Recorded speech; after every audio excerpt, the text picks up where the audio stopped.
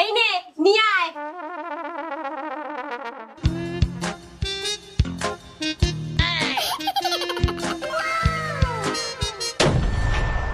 বৌমা, আমার ব্যাগে থেকে 200 টাকা কে নিয়েছে? এখন মুদিখানা দোকানে আমি কিভাবে টাকা দেবো? মা, আমি নিইনি, দিদি নিয়েছে। না মা, দিদি আমাকে বলে। চুপ কর।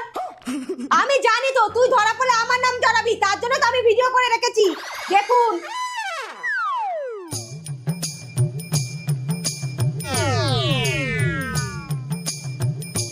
কি হলো?